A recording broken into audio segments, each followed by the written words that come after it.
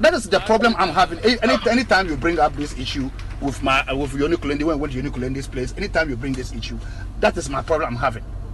That is the problem I'm having. Anytime you bring up this issue with Yoni Kulende, when Yoni Kulende's place, anytime you bring this issue, that is my problem I'm having. That is the problem I'm having. Anytime you bring up this issue with Yoni Kulende, when Yoni Kulende's place, anytime you bring this issue, that is my problem I'm having. That is the problem I'm having. Anytime you bring up this issue with Yoni Kulende, when Yoni Kulende's place, anytime you bring this issue, that is my problem I'm having. That is the problem I'm having. Anytime you bring up this issue with Yoni Kulende, when Yoni Kulende's place, anytime you bring this issue, that is my problem I'm having.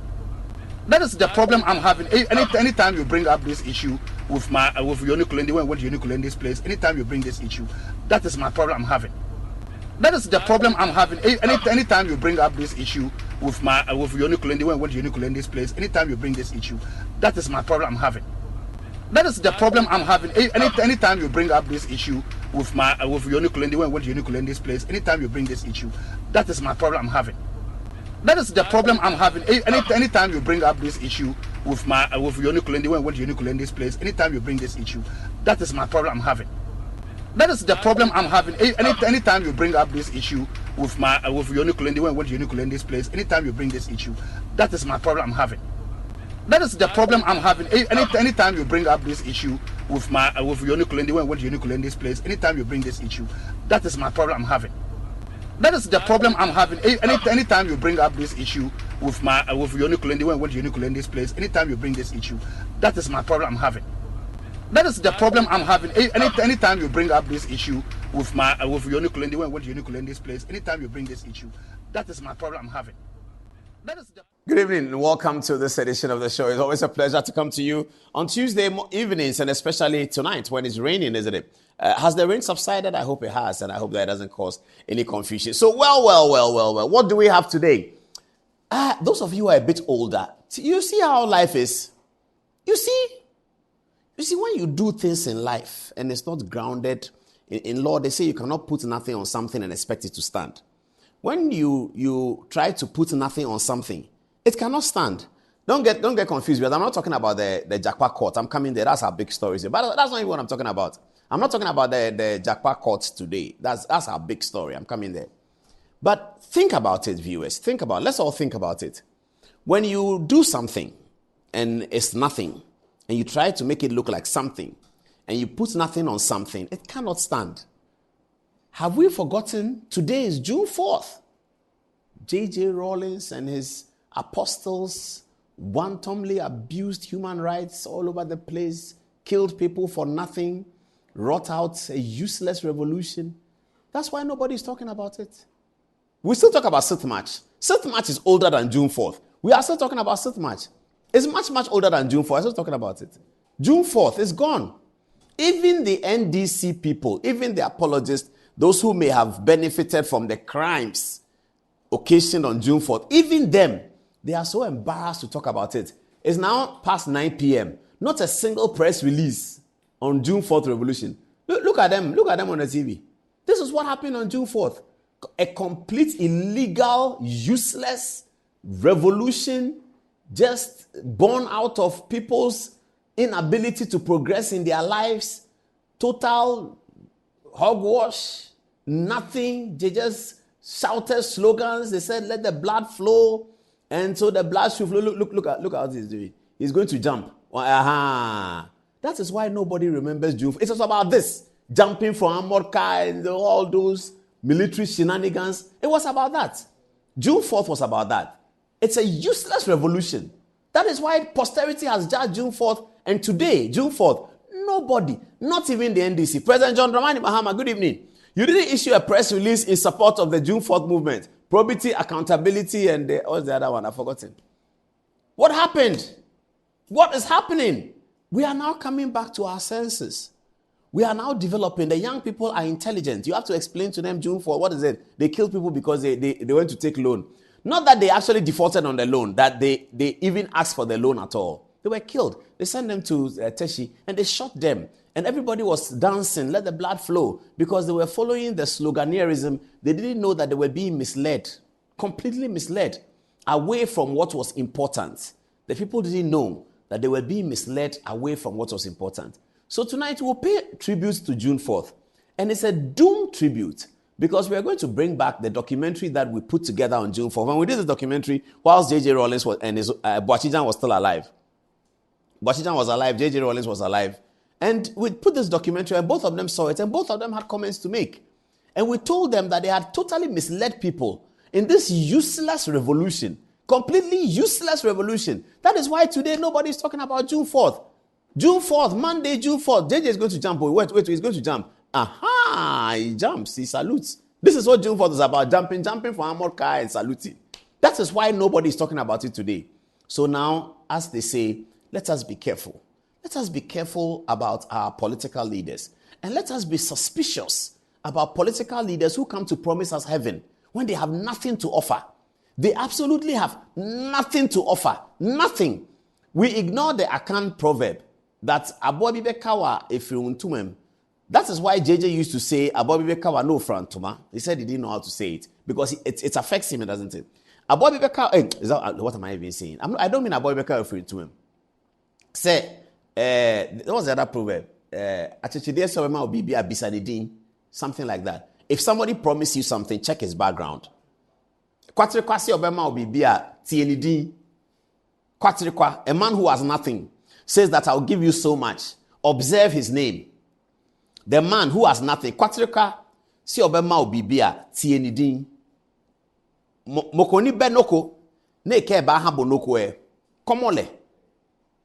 Check him out. That's what we ignored. And then we all followed our parents and our uncles. They all followed this man who was promising something, but who himself had nothing. And nobody checked his background. That, okay, who is J.J. Rawlings, by the way? And you would have seen a profile of a military officer who is recalcitrant, who is talking in the mess, talking against authority, unable to progress from the rank of flight lieutenant. That's the story you would have seen. And if today you show that story, nobody will follow June 4th. Thank God for development. Thank God for advancement. And thank God especially for education. And thank God for time. Time is a great teacher. Time is what has taught us this lesson. Time. He said, let the blood flow, and university students were following him. Let the blood flow. We are going to kill everybody. We'll kill all the adults. We'll kill. If he didn't take the very significant point, we have to be giving them award posthumously. Professor George Bene, people like that, who stood against the revolution and said, you cannot do that. You cannot kill people. And that the executions ended. Professor Akilakwa Sawyer, some of these people at the University of Ghana, back in the day, who went in and told Jerry that you can't do that. Mr. Justice Afre, his lordship, Justice Afre, Justice of the Supreme Court, JSC, as he became, but in those days, a High Court judge and staff of the Attorney General's office, all of these people put themselves together and told the revolutionaries that you cannot do that. Lawyer Dumois Bossman, people like that, who sat in the offices of the revolutionaries and told them that you cannot do that. This useless revolution, wanton abuse of rights, self-promoting, baseless things is what they did. That is why today, time has taught us a lesson that don't follow these things. Time.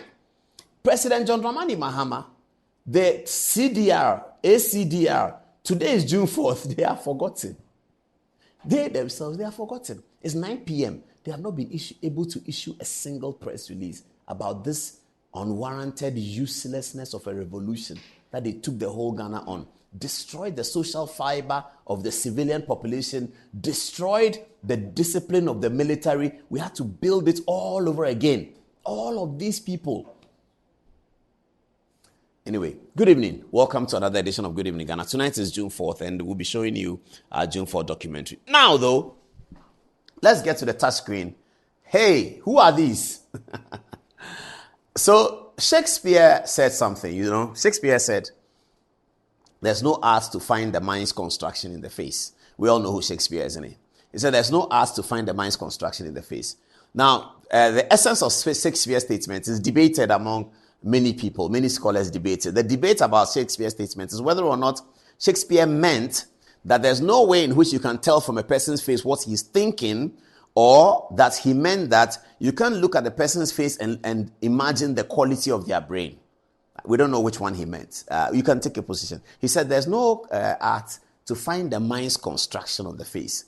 when he said the mind's construction, did he mean what you are currently thinking about, or did he mean the quality of your brain? Either of them, you can't find it on the face, can you? Okay, I suppose that what you are currently thinking, you can find it on the face. Here is Lieutenant or Captain Jakpa, the famous, or rather infamous recorder of phone calls. Jakpa, that is him. This is how he appeared in court today. And he says with newfound friend, Samuel Gyamfi, formerly of KNUST, but now the National Propaganda Secretary of the National Democratic Congress. Samuel Gyamfi is here, and this is Jakpa. This is how the two of them appeared in court today. Look at his face. See, this is, can you put the photograph here? Viewers, he's the guy on the left. So take a close look at him. This is the man who was released from the Ghana Armed Forces for some reasons that we can talk about later on. But he was asked by the Ghana Armed Forces to leave.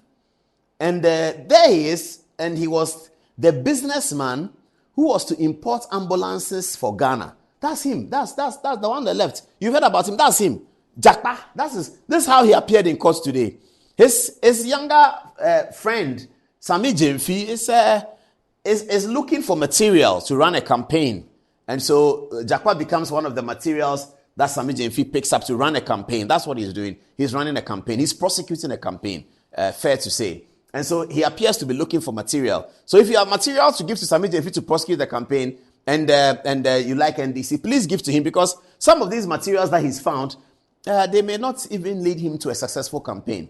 These materials that he's found Jakpa. Will Jakpa lead Sammy Gyamfi to a successful campaign? Okay. Anyway, let's get onto the facts and share with you what we know. We know that it appeared that the Chief Justice may have declined the offer for a live coverage of the case. We're not really sure what has happened, but today there was no live coverage, so we assume that there's either a delay or that she may have declined the request. But let's go to what happened in court today from our lenses that were there throughout the case. Now, why was there court today? There was going to be court today anyway, because last Thursday, following the cross-examination of Francis Jakpa by one of the lawyers on his side anyway, even though it's called cross-examination, it emerged that he said to the court that he had been, as it were, harassed by the Attorney General at odd hours, and the Attorney General was looking to get Francis Jakpa to help him to prosecute his case. This is the case that he made in court. Now, by the time Francis Jakpa was making this allegation, the submission of no case that had been filed by him had actually failed in the court, and then he was asked to open his defense. So his submission of no case had failed. That is one. He had also actually entered into a plea bargaining relationship or a plea bargaining negotiations with the Attorney General, which is essentially to say, I know that I've committed the offense, but I can pay for it. Let me pay for it and go away. It is in Section 35 of the Criminal Offences Act. You can always look at it and see. This is what... So Francis Jakpa, who says that he was being harassed by the Attorney General, at the time he made that statement in court, two important things had happened. First of all, that his submission of no case, indicating that after the Attorney General had made the case or told the court the case against him, he had told the court that the Attorney General has not made any case at all in law, and therefore the case should be dismissed. The court disagreed with him and told him that the Attorney General has actually made a case against you and that you need to answer. If you don't answer, you will suffer the punishment of the trial. So he had to open his defense, and that's what he was doing. He's at the tail end of the opening of the defense, and then he says that the Attorney General has been harassing me. So that's one significant thing that happened. His submission of no case had failed. Two, he voluntarily had entered into a plea bargaining option, which is one of the options open to people who are told by the court that you have a case to answer. Once the court tells you they have a case to answer, you also have the option to say, okay, whilst I have a case to answer, I don't even want to answer it. I consider myself guilty. What is the punishment? I will pay so that I don't go to jail. Jakpa had begun this conversation with the Attorney General. It is after these two things had happened that he now says that after these two things have happened, he says that Attorney General was still harassing him. So they then filed an application in court today. So instead of the regular case continuing today, something else happened. The court took time to hear their matter. And what is their matter? They are filing a matter that they shouldn't be prosecuted. Both he and Case Lato Forsen, the first accused here, that they shouldn't be prosecuted, and that they are invoking something called mistrial. So what happened in court today? Let's get to the facts. Okay, so these are the key protagonists. So let's read. It says, after the allegation by Richard Jakpa, the third accused, that the Attorney General had attempted to coerce him to bear false witness against Ato Forsen in the ongoing ambulance trial, Lawyers for both Ato Forson and Richard Jakpa have brought an application before the court, Justice Efia Sewa Bochi, to strike out the case on grounds of misconduct by the Attorney General. They come under the inherent jurisdiction of the court. Okay. These are the lawyers who have brought the case. Abdul Basit and Tadio Sori and another lawyer. So Tadio Sori leads, Abdul Basit, whom I knew from the University of Ghana. I think it was a T or something like that when I was there. Nice guy. And then Tadio Sori is seasoned, and then another lawyer. Okay. What do they want? That's the question we ask. That a mistrial be ordered. They are asking the court that the court should say that this was a mistrial. That the case be dismissed. These are the two things that they want. Now, what is their basis for making the argument? Their basis are as follows. One, they argue that public confidence in the judiciary will be eroded if the judge doesn't rule in their favor. They argue also that the Attorney General violated his discretionary powers in violation of Article 23 and 295 of the Constitution. The matter has been adjourned to 6th June for ruling. So these are the main points they make. They say that because of some conversation that occurred between the Attorney General and Richard Jakpa, which Richard Jakpa recorded or has now admitted that he recorded, which he handed over to a political party, National Democratic Congress, to be applied in a press conference and to ask for the resignation of the Attorney General. That tape contains information which will suggest that if the judiciary don't check something, public confidence will be eroded. That's what they say. And then they argue also that Attorney General has failed in living up to the standards of Article 295 of the Constitution. What is in 295 of the Constitution? 295 is regulating the application and the use of discretionary authority granted under the 1992 Constitution. So Article 295 says that if you have a discretionary authority to render under the Constitution, you have to render it fairly and etc., and you don't have to be capricious about it. So they're arguing that in the Attorney General exercising his discretion under the powers granted him in Article 88, he has violated the provisions of 295. I'm not so sure if when people violate the provisions of 295 or there's an allegation about the violation of 295 that people go to a high court and say, therefore, I shouldn't be prosecuted. I'm not so sure about that, but the judge says he'll give a ruling on 6th of June. So this is the main matter. If you have any questions, you can send it to your our Facebook page, Good Evening Ghana Official, and we can deal with it right now. Because I don't want to say too much, so I just keep it to the main points. And then if you have questions, we can express ourselves on it. What's the Attorney General's response, by the way? So the Attorney General quickly and promptly responded, and then we'll come to some of the arguments that occurred in courts today. So hear me out. One, the Attorney General said that as follows. The AG argues that the application is a ruse and a desperate smokescreen set by the applicant to abort his legitimate prosecution for the role he played in causing colossal financial loss to the state in the purchase of ordinary vans purporting to be ambulances. Two, the application hinges on lies and a manipulation of facts that seeks to clothe the applicant with immunity from prosecution and so therefore is incompetent and offensive to Ghanaian law. Three, the Attorney General says that there is no evidence of the allegations by Richard Jakpa. Okay, Richard Jakpa makes allegations that Attorney General has been coming to him at dawn and odd hours to say something. The Attorney General says he provides no evidence of that as far as he's concerned. Now, he also says that the application is based on lies, a manipulation of facts, and these things seek to clothe the applicant with a certain kind of immunity. The Attorney General is arguing that you are being prosecuted for a matter, and then you say that because of a conversation that occurred between two people, both of whom are principal actors in the matter, I shouldn't be prosecuted anymore. That's not how it works. If you are being prosecuted for A, they will prosecute you for A, and then they can deal with what has happened in another manner. So, for instance, if they say that the Attorney General has violated their discretion, they can deal with that. They can look at that and say, yes, the Attorney General has violated their discretion. He shouldn't have done so and so. Is that the reason why the question about how much loss has been occasioned to the state should not be answered? That's the point the Attorney General is raising. That they are saying that you have occasioned loss to the state. You have to answer that question and face it fully and squarely and either have an acquittal or whatever happens. But you don't say that because the Attorney General spoke to Richard Jakpa about this, I shouldn't be prosecuted anymore. It's a mistrial. We should stop. No, because Article 88, and I should have asked for it. If you can quickly get me Article 88. Article 88 is a constitutional provision which is entrenched.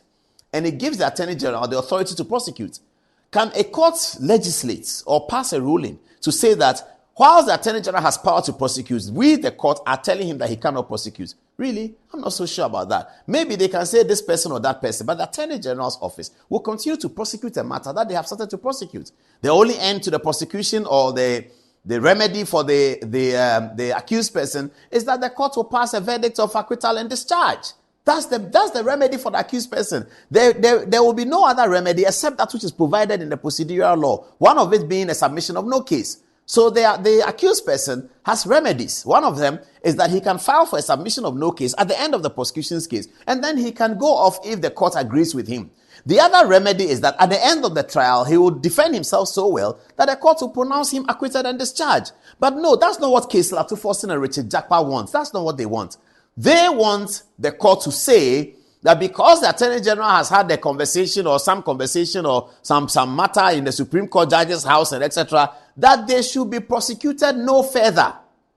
How does the conversation in the Supreme Court judge's house affect the matters in court for which the court has made a determination that Case Latu Forson, a minority leader, and Richard Jakpa both have a case to answer? How does that affect it? How does the conversation on Sunday or Saturday or Monday or Tuesday in the Supreme Court judge's house affect the fact that the court has made a determination that Case Latu Forson and Richard Jakpa have a case to answer? I'm not sure how that. I don't know. I don't know how that. But anyway, on Thursday, we're going to hear the ruling of the judge because we are not the judges.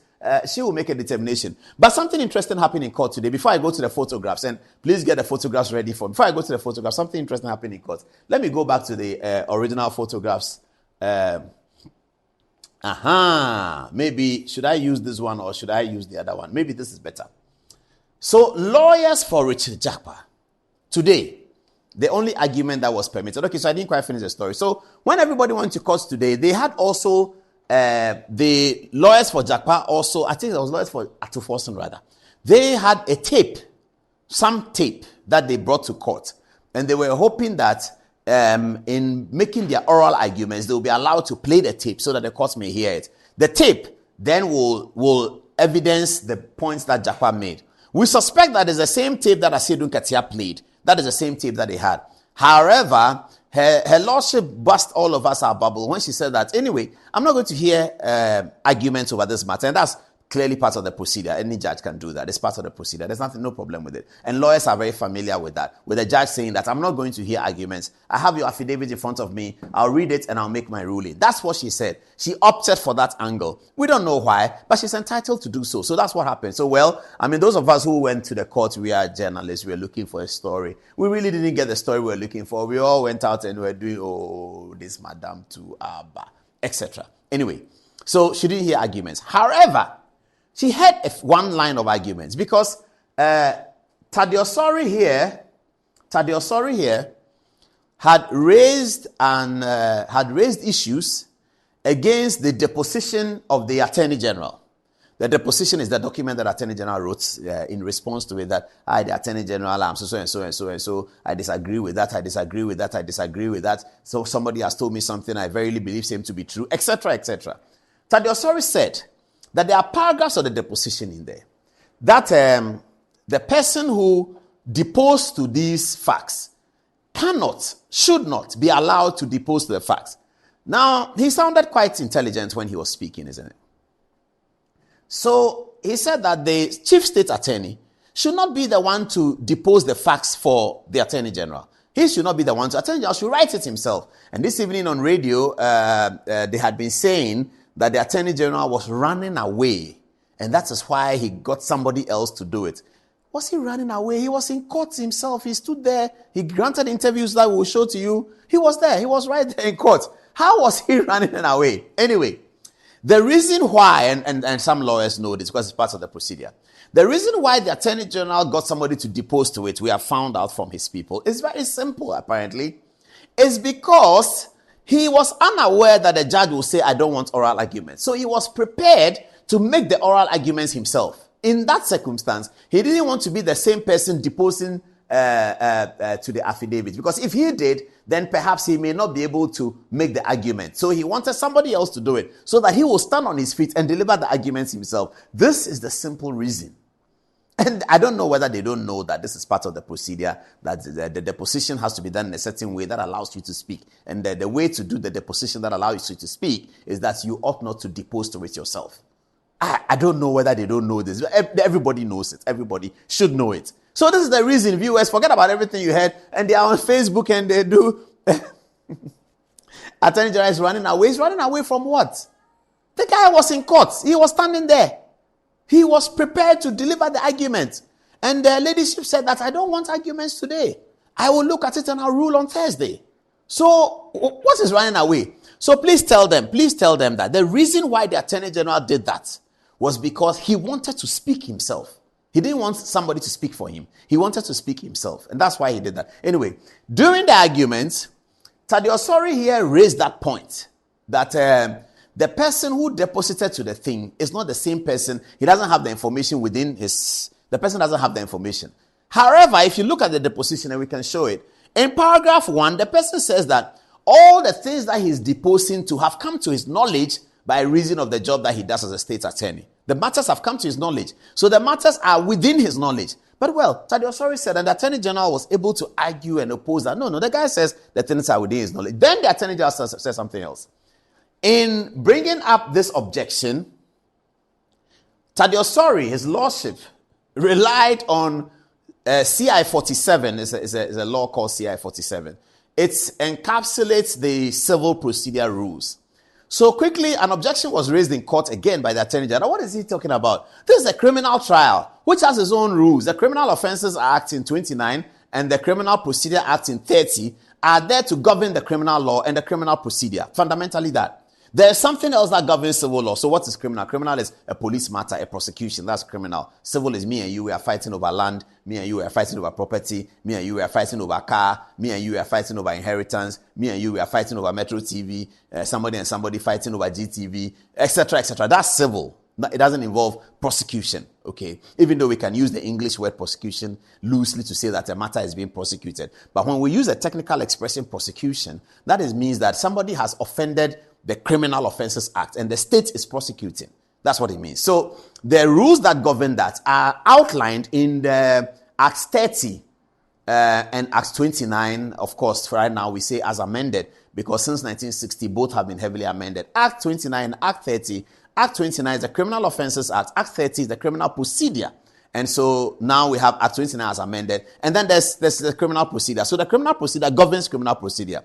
The Attorney General was at a loss why his lordship Tadeo Osori was citing the civil procedure rules to govern criminal. So there was a bit of, jostling in the court. It was a very beautiful scene. And you would have to applaud the Attorney General. I mean, his sense of sharpness, standing on his feet to raise these objections against Tadeo Osori, it was admirable. But anyway, it's admirable for everyone, because if you have an Attorney General like that, who is the Minister for Justice, it works, doesn't it? It works. Okay, so the judge listened to both of them and said that will also form part of her ruling on Thursday. So Thursday is D-Day, viewers, and we will be there. We'll be there plenty. We'll be there all over the place, and then we'll bring you what happens. If the D-Day comes, then what could the judge do? What could the judge do on D-Day? Okay, so on D-Day, these are the options that we think are open to the judge. There could be more, but we try to get some options just to put our viewers in a certain mind on the straight and narrow as we approach a D-Day. 1, the judge could agree with Richard Jakpa and accept to dismiss the suit because of the purported misconduct of the AG. Number 2, the judge could dismiss the application so that the suit takes its normal course. And number 3, despite all this, the learned trial judge has the ability and chance to set precedent. Okay.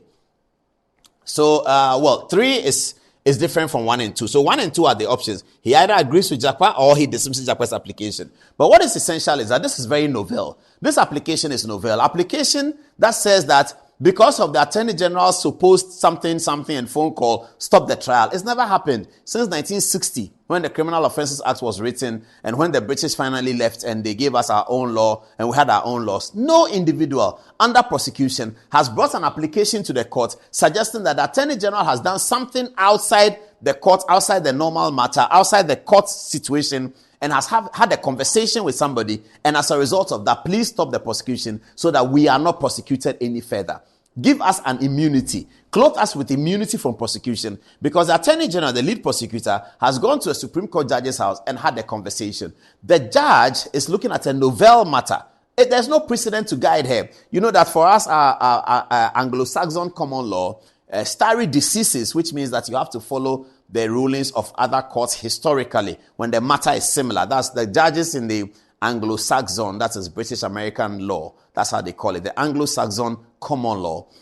Those countries that subscribe to that common law also subscribe to the principle of following after the rulings that have happened in a similar matter. So if in matter X in 1938, this and this happened, and the same situation is occurring again in 2024, the lawyers will draw the judge's attention to what they call legal authorities. And the legal authorities, therefore, or thereby, will be compelling on the judge, except if another lawyer or the judge himself or herself is able to distinguish the circumstances. Distinguish the circumstances means you want to show that there's some part of the current case that does not look like the old case, and therefore, we are not bound by that precedent. It's called stare decisis. That's a principle in Latin.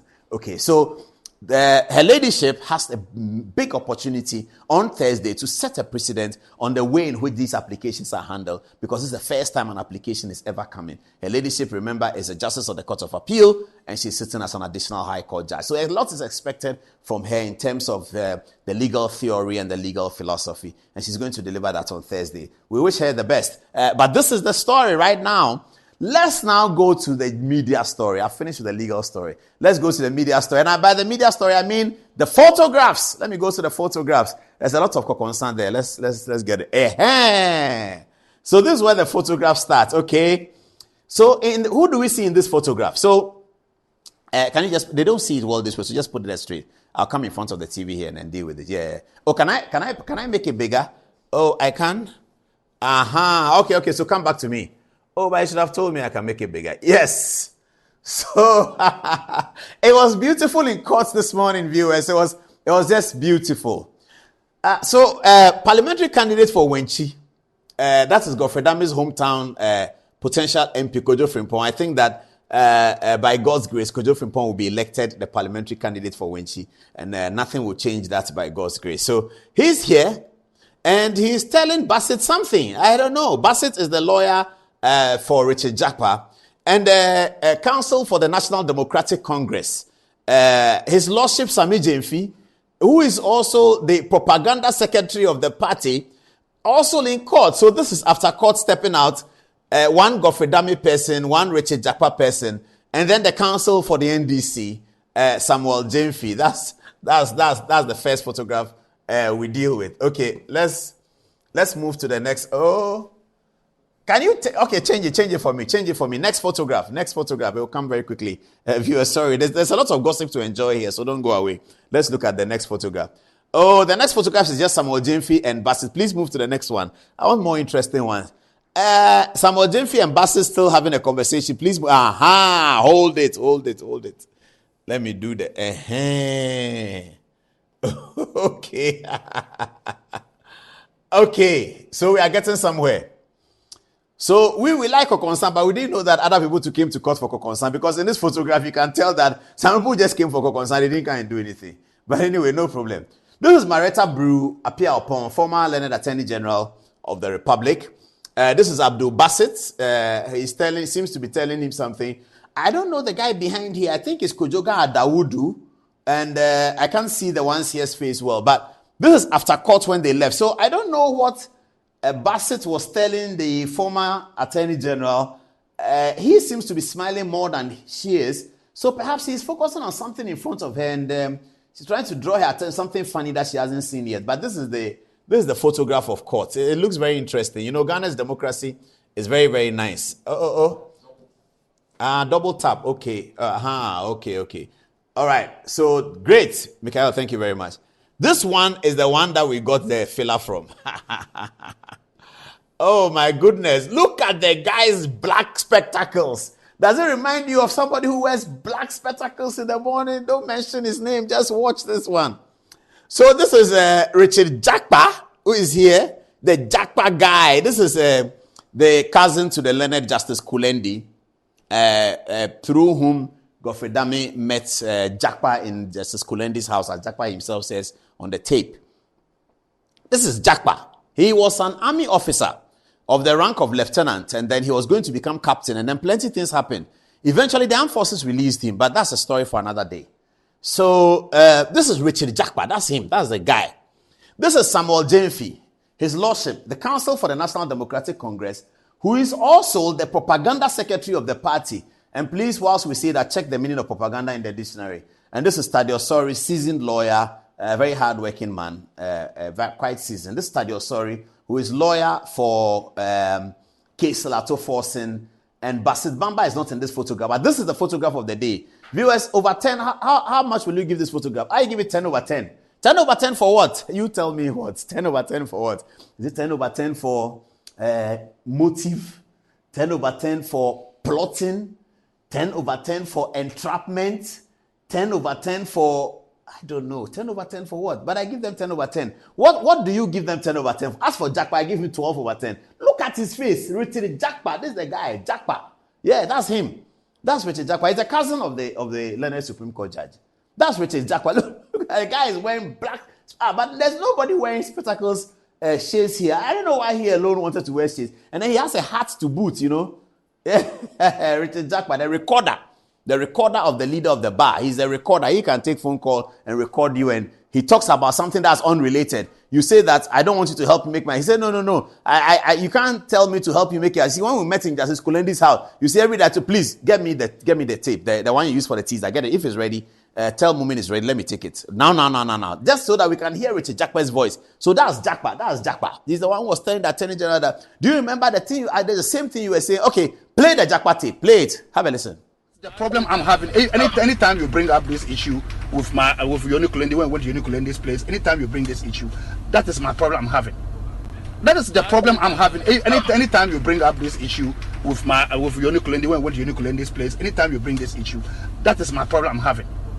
That is the problem I'm having. Anytime you bring up this issue with Yoni Kulendi, when I went to Yoni Kulendi's place, anytime you bring this issue, that is my problem I'm having. He said, anytime you bring this issue, that's a problem I have. When we went to Yoni Kulendi's place. That's Richard Jakpa. Now, Jakpa conducted this recording according to him. And I mean, the thing that is the most bizarre argument I've heard, I can't wrap my head around it, is that when the NDC published the tape, the MPP apparently held a press conference and said that the tape was doctored. Now, the argument that I hear Richard Jakpa himself told journalists today is that if the tape is doctored, bring the original one. I don't understand it. So let me take it slow, one by one. They say your tape is doctored. Your response is that if you say this is a doctored tape, bring the original tape. I said Lukete also said that. Samuel Gyamfi also said that. I don't understand what they are talking about. When we say a tape is doctored, it's not because we have an original one. So let me ask them. Let me ask Samuel Gyamfi. If a forensic expert comes to the court or anywhere for that matter, listens to the tape and concludes that the tape is doctored, does it mean that he has the original tape?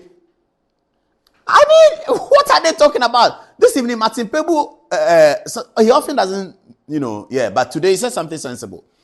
He said that when they say tape is doctored, it means that you have removed something, you have added something, or it doesn't add up. So he gave an example. Martin Pebu gave an example today on Joy FM. He said, for instance, this tape they are talking about, they say it's 26 minutes, but what they played was 16 minutes. So that can be an example or an inquiry into doctrine.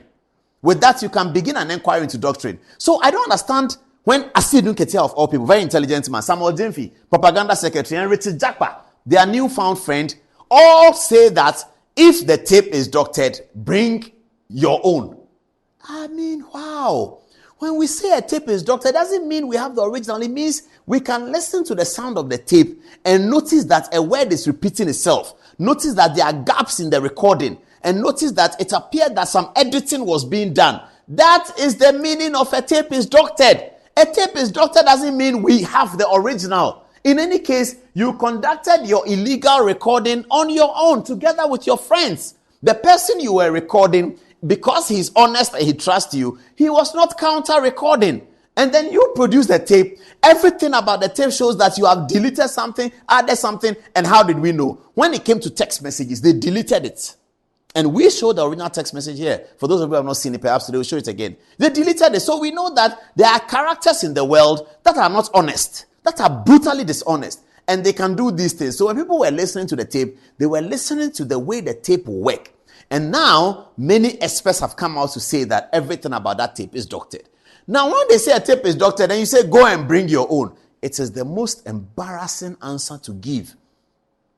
When an allegation is made that the tape is doctored, it's the most embarrassing answer to give. But here you are, Richard Jakpa gave that answer to journalists today. Samuel Gyamfi, the propaganda secretary of the NDC and counsel for the party, also gave that answer today. And Asedun Ketia Johnson, Asedun Ketia, my former neighbor, also gave that answer in his press conference. And I was disappointed because for me as a reporter, I like to see the arguments at very high level.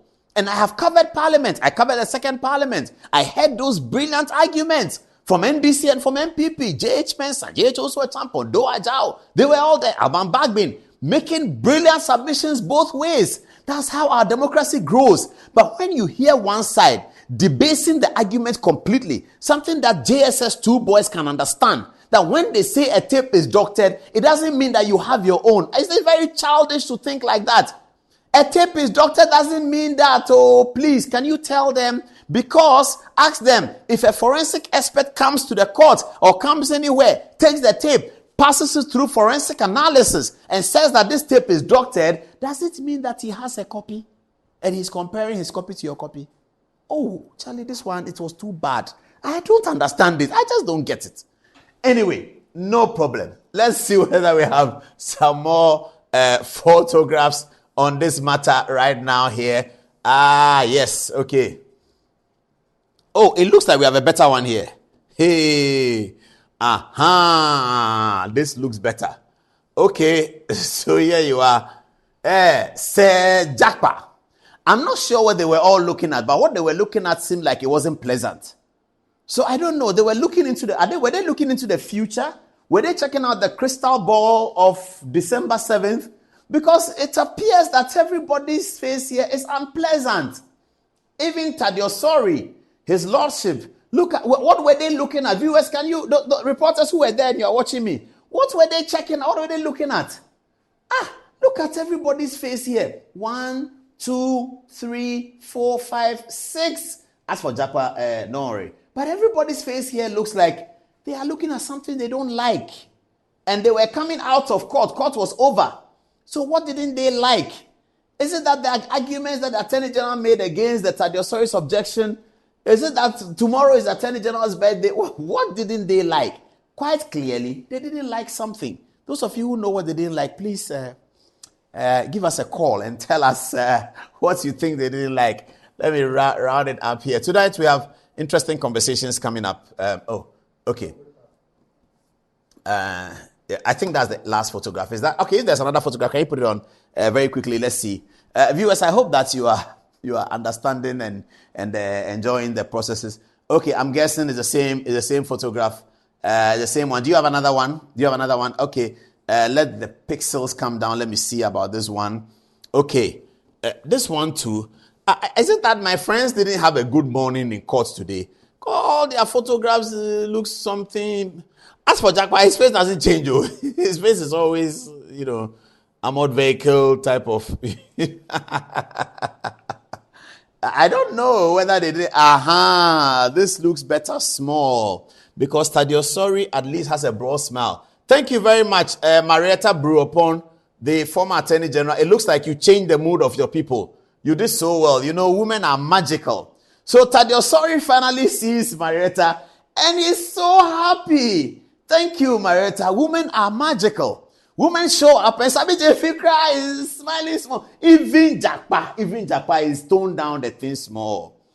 Marietta, what did you tell them? Maybe Marietta realized that my people are not happy. Let me go and cheer them up a little. Women are great at that. So I think that's what Marietta did. She came to cheer them up. Tade Osori is smiling eventually. Samuel Gyamfi, counsel for the NDC and propaganda secretary. Jack Pakra is better small, but he still has his black spectacles early in the morning at the court complexes in Accra. Okay, this one too, the happiness is not there at all, but Marietta is there. So I'm sure that this photograph came before the last one. Marietta observed that his people were not happy, and then she came to try and use her female magic to sort of make them cheer up a little bit. Okay, is there another photograph that we can look at? Okay, here is Sammy Gyamfi now talking. Okay, he spoke to the press, and all he said was that the Attorney General didn't depose to the thing because he was afraid of Richard Jakpa.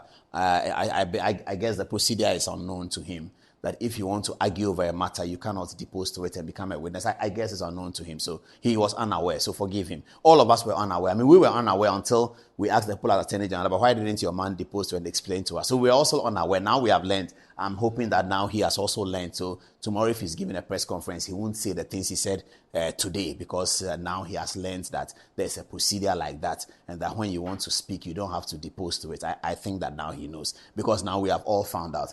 So Samuel Gyamfi, we were with you on the same level. We too, we didn't understand why the Attorney General did that. That is because we didn't know the procedure. We don't practice law. We didn't know.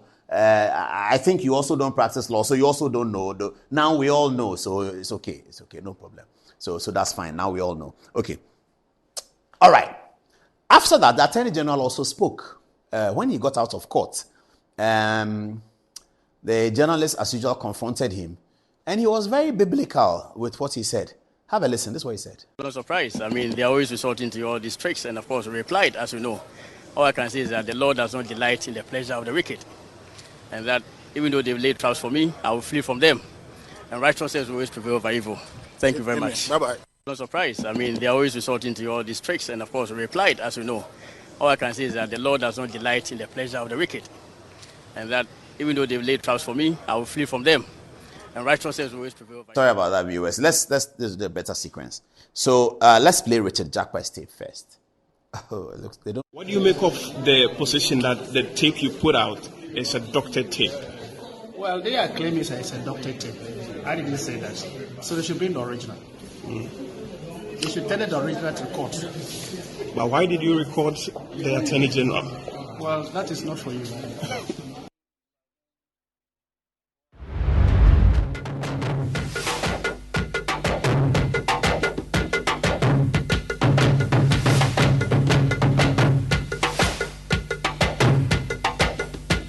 What do you make of the position that the tape you put out is a doctored tape? Well, they are claiming it's a doctored tape. I didn't say that. So they should bring the original.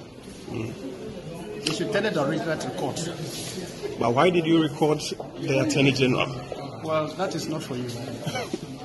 What do you make of the position that the tape you put out is a doctored tape? Well, they are claiming it's a doctored tape. I didn't say that. So they should bring the original. They should tell the original to court.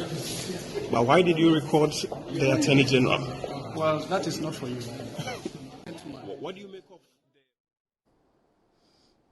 He said that they should bring the other one. Okay, so after court, the Attorney General was encumbered by journalists, and he was very biblical when he spoke to them. This is what he said.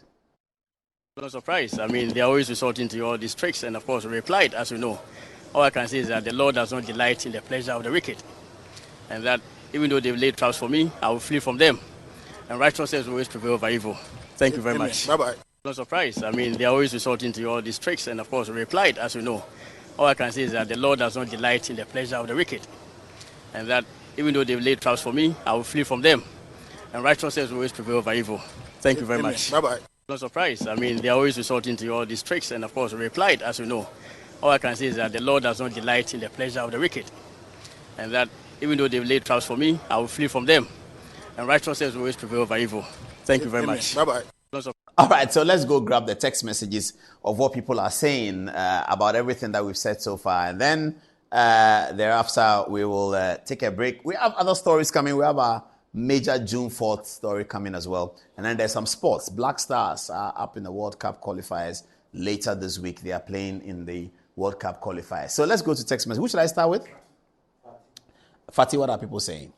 All right, so thank you, Paul. Emmanuel Nana Akasi wants to know if the proceedings will be telecast on TV live. Faisal Salita also says, excellent presentation, Paul. Learned people and people who are willing to learn will always appreciate your efforts and works. Coming from Samuel Kelly says, I think the NPP government has taken too long to bring this case to judgment. Hearing the majority leader saying that those who collected double salaries, of which Ato Forson is one, we wouldn't have got there. But no one can blame the AG Godfred Dame. Coming from Wages or says Paul, one thing I've noticed in this brouhaha is that nobody has ever said Ato Forson acted rightfully. Amidst that, Attorney General shouldn't continue the case, but a supposed audio recording that has taken the center stage of the criminal trial of the case. NDC is so wicked that if you follow them, they will influence your thinking. Also coming from Samuel Fosubai says, good evening, Paul. In fact, the memory of June 4th, 1979 and its odious activities remind me of anything that hasn't God as a foundation passed out like a vapor. Today, those useless AFRC and their bogus revolutionary deeds can't be remembered anymore. God should forgive them. And then, coming from Alhaji Bob City says, the most useless revolution which moved the country backward about 100 years, and it was initiated by today's NDC. Paul, assalamu alaikum. Lastly, coming from Ali, he says, Paul, I don't even know how to describe Honorable Godfred Dame. In fact, he is sizeless and matchless when it comes to the law. What I can say is Godfred Dame is the law, and the law is Godfred Dame. Nothing less, nothing more. What do you have first? All right, so this is from Raymond. Raymond says, good evening, Paul. These unnecessary delay tactics adopted by the NDC and the third accused person to invite public opinion into the Ato Forson ambulance trial is a premature move to distract the judicial process. If they believe they have solid legal case in the trial, why are all these unnecessary tactics? The NDC and the third accused person behavior is an indication to the judge to their inability to have a legal case and how their case is definitely going to fail in court. God continue to bless and guide the Attorney General. Watching you live from New York. This one is from Fiza. He says, Japa, a matured man like you, recording a fellow man, when will people like you stop being evil, hoping that the learned Kuleni sees you as the evil and distant cousin that you should be and distance himself from you? This one is also from Canton. He says, Paulo, you are journalism and journalism is Paul Adam Oche. Let these useless and fake boys parade around the NDC presidential candidates in the name of journalism. You are indeed what we need.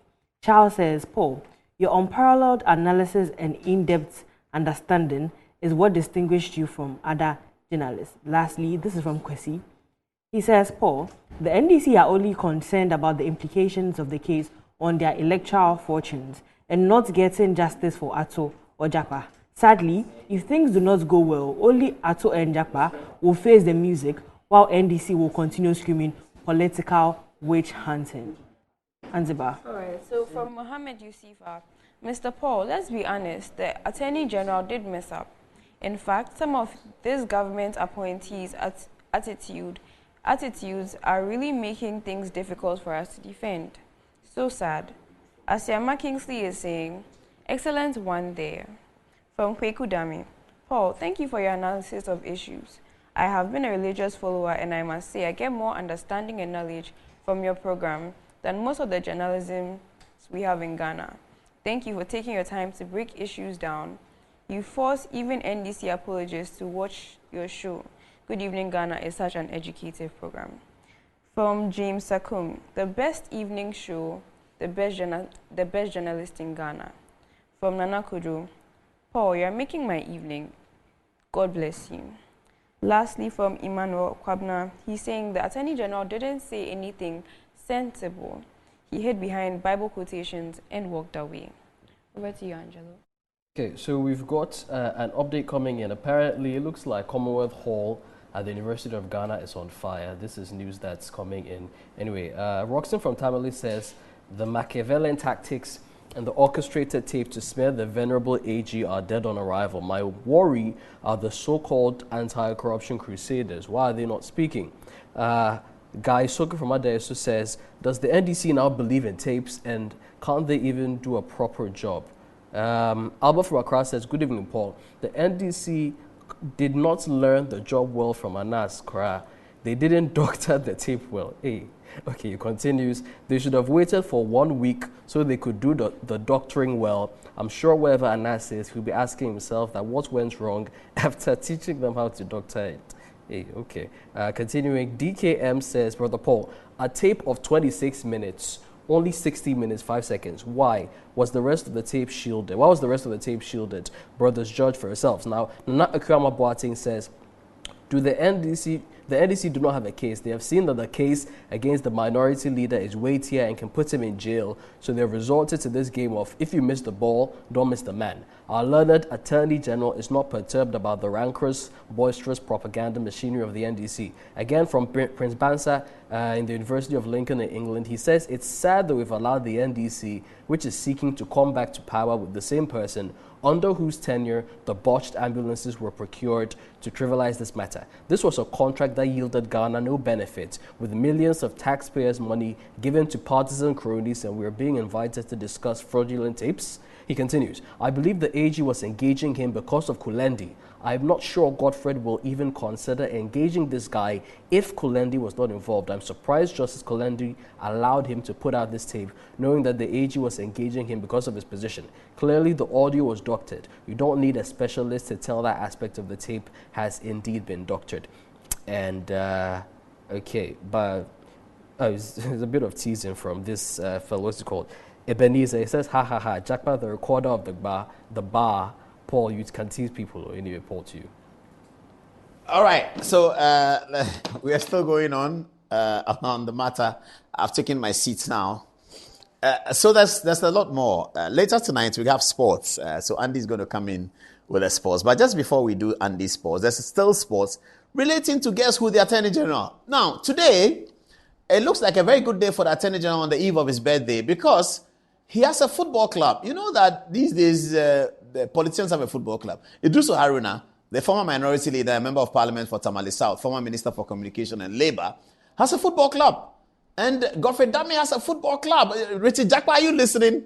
Today of all days, when you went to court and Godfrey Dame says that evil will triumph over good, which we have played. Do you know what happened today? Soon after court, the Accra Sports Stadium hosted a game. It's the game of transition. How do they call it? Where's Andy? A transition from Division 1 to Premier League. They call it playoffs, yes. The playoffs for the Division 1 to come to Premier League. Wenchi's Young Apostles, you know Godfrey Dame is from Wenchi, like Professor Buzia.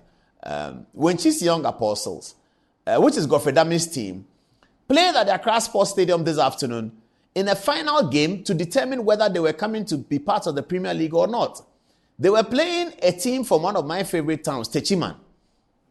Now, Techiman Heroes is Martin J. Mensah Kosa. He's also a member of parliament. He's a minister for local government. He too, that is his team.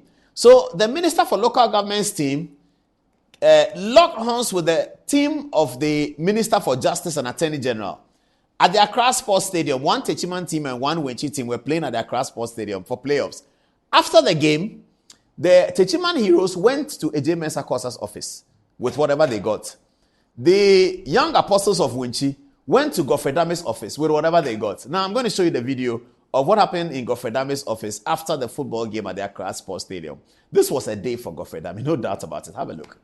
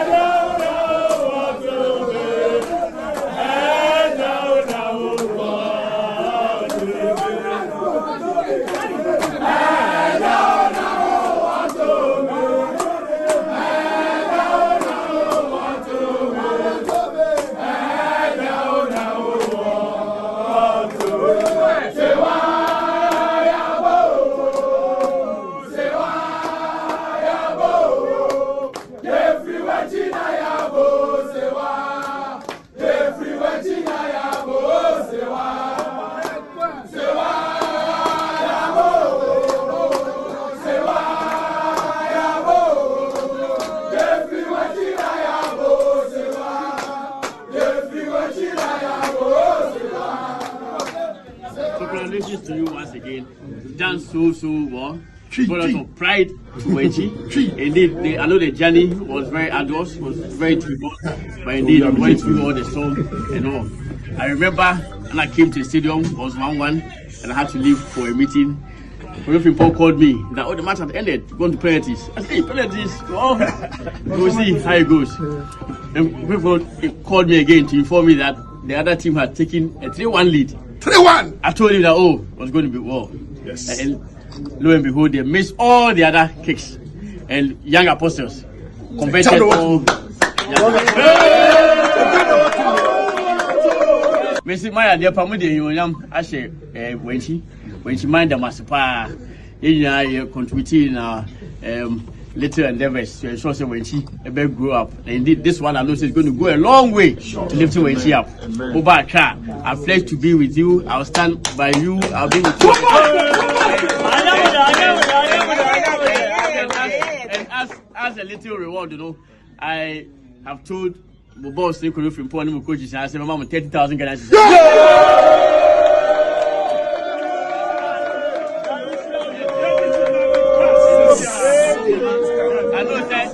Young Apostles has come to stay. I know that Young Apostles has come to stay in the Premier League. They will stay, they will win the Premier League, they'll go to Africa Cup.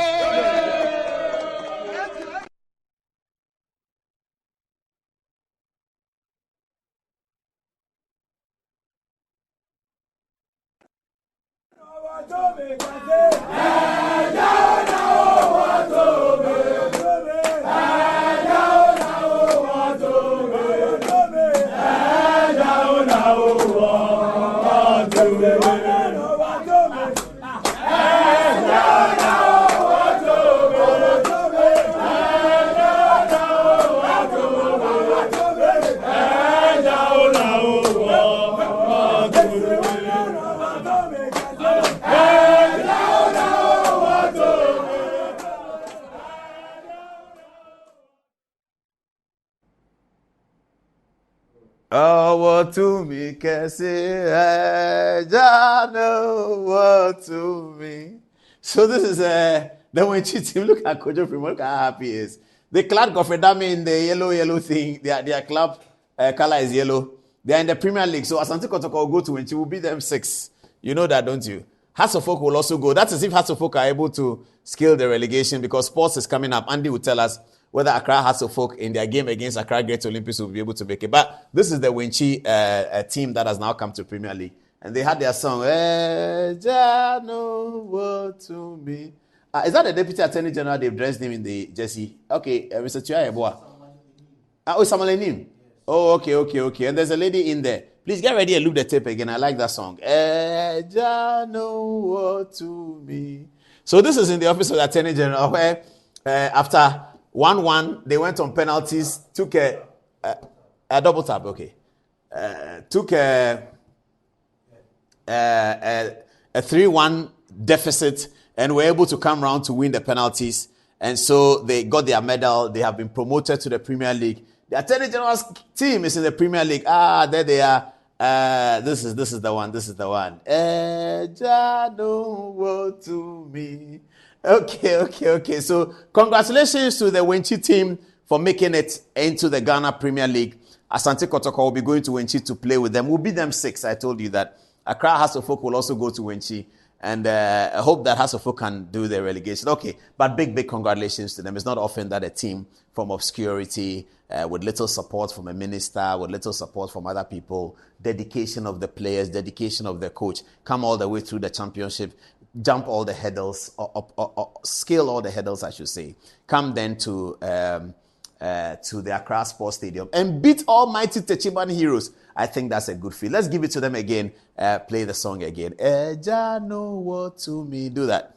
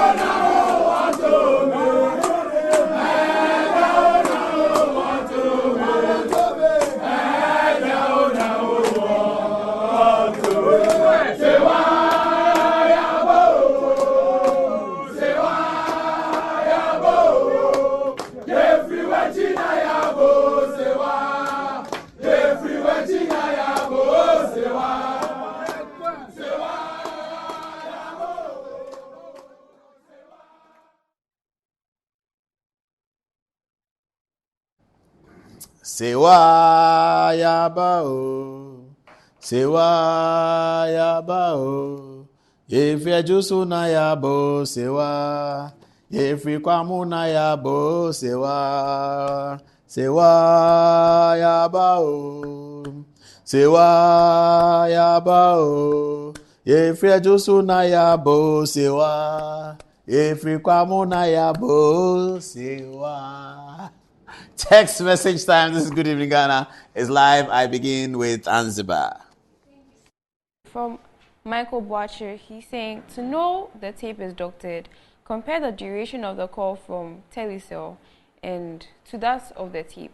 Simple. Also from Ya Papebi, she's saying, Godfrey Dami is such a nice person. He shouldn't allow the NDC party to play him at all. Okay, Ella, what do you have for us? He says that it is even a disgrace to the NDC as a party. Any leader who is in court because of misappropriation of public funds doesn't deserve to be in any political party leadership, not to talk about a minority leader. Their tactics to get public attention and to prevent the prosecution is the reason why Asiedu Nketia removed Honorable Haruna as minority leader for no reason. God helped my motherland from NDC. May God help all NDC apologists. Lily also says, Paul, I won't be surprised if Kolindi knows about this so-called recording of the Attorney General because Japa is related to him and he called for those meetings in his house. MPP leaders should look sharp, kakra, and stop falling in the NDC trap. These people are extremely evil. Fatih. So this is from Sumaila and he says, Godfrey Dame is one of my favorite lawyers in Ghana. Great man by all standards. Coming from Wages Osei Alimbo, he says, no media house was able to give us this extensive analysis of what happened in court today. And then lastly, coming from Emmanuel Boachi, he says, brilliant analysis. AG is free and must continue the case. To you, Angelo. Nana Kofi says, calling the June 4 and December 31 vindictive uprising a revolution gives it some credibility. Germans are still enjoying their industrial revolution. The French are still enjoying the revolution that took away their monarchies. Please, what are we enjoying from June 4th and December 31? This is from Nana Kofi. And lastly, Chuga says, we have many parties in Ghana, which means that we practice multi-party system. But you always show the NDC and MPP flags on your show. Is there any reason? Paul, let's get back to you. The MPP and NDC flag. Okay, viewers, last week we kept an eye on Johannesburg and Pretoria and Soweto in South Africa. We know what has happened in South Africa in the elections. Tomorrow night, Wednesday night, I'll be doing some preparatory work with Al-Hassan Bello and Mikhail here in the studio. And then on Thursday, we'll bring you a full coverage of what happened in South Africa. What does it mean for Ghana? What would it mean if Ghana were a proportional representation? We're going to give you a full blast analysis on South Africa, just because we want to keep our relationship with you, our viewers, that when it comes to politics, we'll always educate, entertain, and inform you on every political issue happening around the world. We're seriously and feverishly preparing for the United Kingdom's elections on the 4th of July. We hope to bring you absolute coverage of that as well. And then, actually, tonight, Dr. H.C. Kanku is in the studio with us. He's somewhere here. I came in quite late, so we didn't have a chat. But he's also here, just guiding us into how we cover the American election. We know now that a debate has been agreed between President Joe Biden and former President Donald Trump, who has been convicted of an offense, yet to be sentenced, though. And so that's the stories coming up on Good Evening Ghana from Thursday. Now, though, we take a short break, and when we come back, we have Andy on sports, and then we link up to the June 4th documentary. This June 4th documentary was first published in 2019. That's a long time, 2019, 2021, 2023, 24. 5 years ago, isn't it? Yes, we did this documentary 5 years ago. And when I watch the documentary, I'm always grateful to Tarek Mandison, our video editor, who put it together. And Ivan Koshiga's studio in Laboni. The voiceover recording was done by Joseph Koshiga. Very, very nice guy. I've been recording voiceovers with Joseph Koshiga since 1999 in the same studio in Laboni, where he still is right now in Nyaniba Estate. And anytime I have a documentary to produce, I'll send him the script by WhatsApp. He'll call me and say, Paul, come at 4. When I say 4, I don't mean 6, so you know how Joseph talks. and then I'll go there and record. We put that together very quickly because I was chatting with a friend of mine and he says, why don't you do something about June 4th? With all the information you have about June 4th, why didn't you put it in a documentary? So I did. And that documentary was showed in 19, we showed it in 20. Every year, June 4th, we show it. And this year is not going to be an exception. So this is Good Evening Ghana. It's live. After the break, we go to sports. Why are we talking about sports? The Black Stars are in Mali and they're going to be playing the Malian counterparts. Many years ago, this would have been a tricky duel for Ghana, but now we think that it's within our control. So we'll see what happens in Mali. And then 4 days later, they come to the Kumasi Sports Stadium for another game. And if the Black Stars win both games, they would have succeeded in amassing 6 points straight away as they prepare for World Cup 2025, taking place in America, Canada, and Mexico. All right, commercial break time. After that, sports. Now let's do some political questions, Attorney General. Because you are the government, there are 2 articles that I set out, Article 78 and Article 128. 78 is appointment of ministers like yourself, executive appointment by the President, ministers of state. There's no limit on it. And people have criticized President Akufo-Addo for appointing over 100 ministers.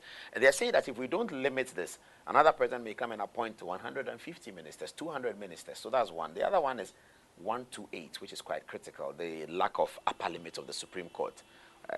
Particularly Akufo-Addo's government, which is sort of birthed out of the Ghana Bar Association, if you like, is being accused of packing the courts and appointing judges upon judges because there's no upper limit. Do you think, in the whole conversation now about constitutional amendment, that we should look at 78 to limit the number of ministers a president can have? Because some people think it should actually be 19, which is cabinet, as delineated by the Constitution. And then also to limit the number of judges that we may have. 128 makes a minimum of 10, the Chief Justice and 9 others. Should we say 13 final, 14 final, like America has 9 only, and they will have 9 all day long, all year long, 100 years long, they will have 9. We know that there are discussions in America now to amend them. Are you of the view that 78 and 128 should change? Sure. So I think that these are quite interesting questions, and of course, always susceptible to all manner of emotional and political interpretations. Now, inherent in Article 78 itself is a limitation. The president is enjoined to appoint maximum 19 as part of his cabinet. But the president is, of course, at liberty to designate any agency, any part of affairs of state as a ministry and appoint a minister responsible for it. Now, I do not think that there ought to be a constraint in that regard. I think the real difficulty with Article 78 is the requirement on the president to appoint majority of his ministers from parliament. Yeah. I think that that's a provision crying for constitutional amendment. I do not see it as justified because that, inherent in that, is actually a situation where Parliament will be undermined effectively. Because if the president is enjoined to appoint most of his ministers from majority of his ministers from Parliament, clearly most parliamentarians will be looking over their shoulders for appointment into the president's government, and that effectively has an effect on the independence and efficiency of Parliament and all. So I think it's a provision that has to be amended. Now, with regards to the Supreme Court, it's also pertinent to recognize that the Supreme Court of Ghana has a variety of jurisdictions. So the Supreme Court of Ghana is an appellate court. It's a court of original jurisdiction which deals with constitutional matters. It's a court that you have recourse to if an allegation is made and a document that is required of a person to produce in proceedings before a court borders on national security and therefore does not have to be produced. It has that jurisdiction under Article 135 of the Constitution. Has the jurisdiction in respect of presidential election petitions. It also has jurisdiction has a review jurisdiction, has a supervisory jurisdiction over lower court. So indeed, you see a combination of jurisdictions exercised by the Supreme Court of Ghana. And I think that the difficulty with or the lack of efficiency with all respect, if at all, on the part of the Supreme Court is not really in respect of the number of judges or the limit to the judges, but it's actually with respect to how these jurisdictions are exercised. Now, I'm of the view that in view of this multiplicity of jurisdictions exercised by the Supreme Court, it will be we'll be shooting ourselves in the foot as a nation if you go by the practice in the United States of America, where we appoint only 9 judges of the or Supreme 11 Court, or 13. I think that there ought to be some flexibility. And over the years, recently, there has been the development of some a convention whereby the Supreme Court is always 15 plus the Chief Justice, or maybe just 15. How many do we have now? So now we have, President, we have 14 in all. Including the Chief Justice? Including the Chief Justice, with the recent appointment of so now, that's not the highest number we have had. We've had 15 before. We've had 15, we had 16. Even at the point in time, because of the imminent departure of certain judges from the we had a bit more. We had about 17, but not just for a few months when the Supreme Court judges were... But the point you are making is that they have a lot of work to do. They have a lot of work to do, and I think that I have always been discussing this with the Chief Justice. I've also been raising at the Judicial Council and all, that I think there must be a rethinking of the practice of the Supreme Court. I think we should rather go by, in terms of the practice of the Supreme Court, we should adopt the American example, where the Supreme Court does not entertain any case at all. The American Supreme Court, even though... No original jurisdiction? No, I'm saying it does not entertain just any case at all. Okay. So the American Supreme Court, yes, is a court for constitutional... So that cases don't travel automatically to the Supreme Court? Yes, so you may have a right of appeal to the Supreme Court, but the Supreme Court can exercise its power. Whether they will hear you or not? Or hear you or not. Because in a preliminary hearing? No, there can even be a practice whereby some judges, maybe 3 judges of the Supreme Court, make that determination. And indeed, develop a roster for the court. I've seen it in the Scandinavian court. We did this recent case in Norway, and that's a practice that I was quite impressed with, the Norwegian example. So an appeal is not heard as of right in the Norwegian court. You have a right of appeal, but the right of a hearing. I see. That's interesting. Yes, it's not. So there's a preliminary determination by a court if they determine that they won't hear it, what happens? That's it. They return it to the Court of Appeal? It ends the matter. And they determine whether they will hear it only when there's a new or important matter of law to be raised, not an important matter of fact.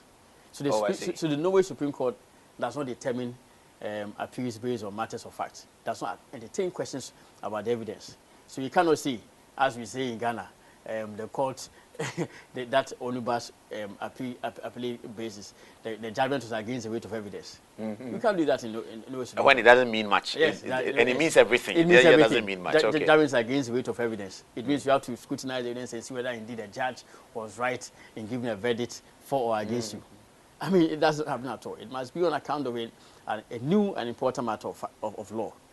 So your point is that we may need sufficient Supreme Court judges. Okay, yes, about that. So I think that, yes, if the Supreme Court is combined appeal, and the Constitution, when it gives the right of appeal to a person from the Court of Appeal, does not set out the procedure for regulation of that right.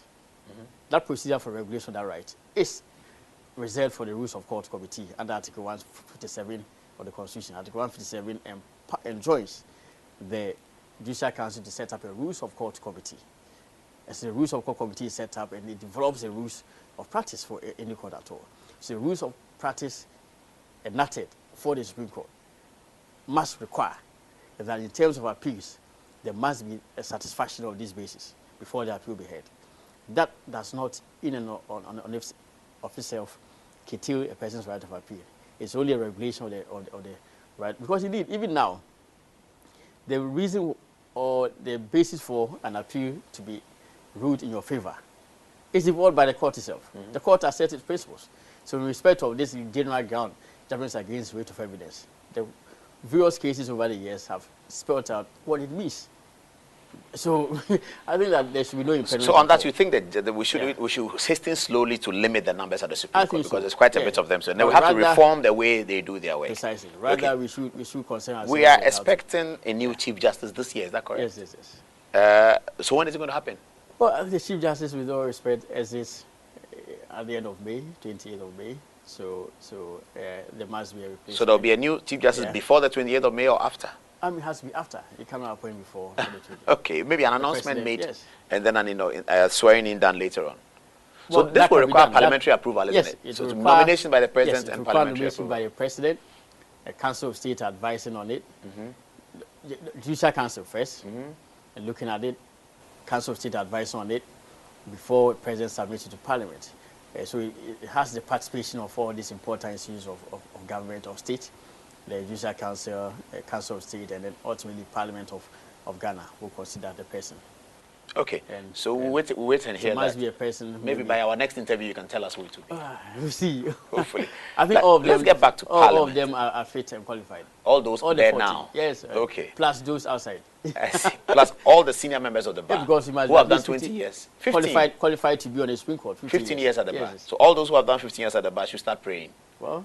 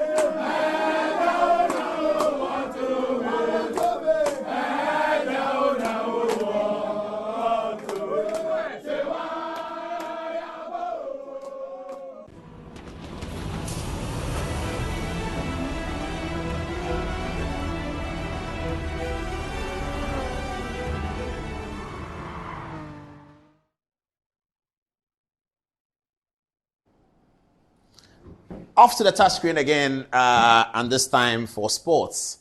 And Andy is here. Good evening, Andy. Good evening, sir. Who are these gallant men on the screen? Yes, so the 26-man squad to face Mali and also Central African Republic.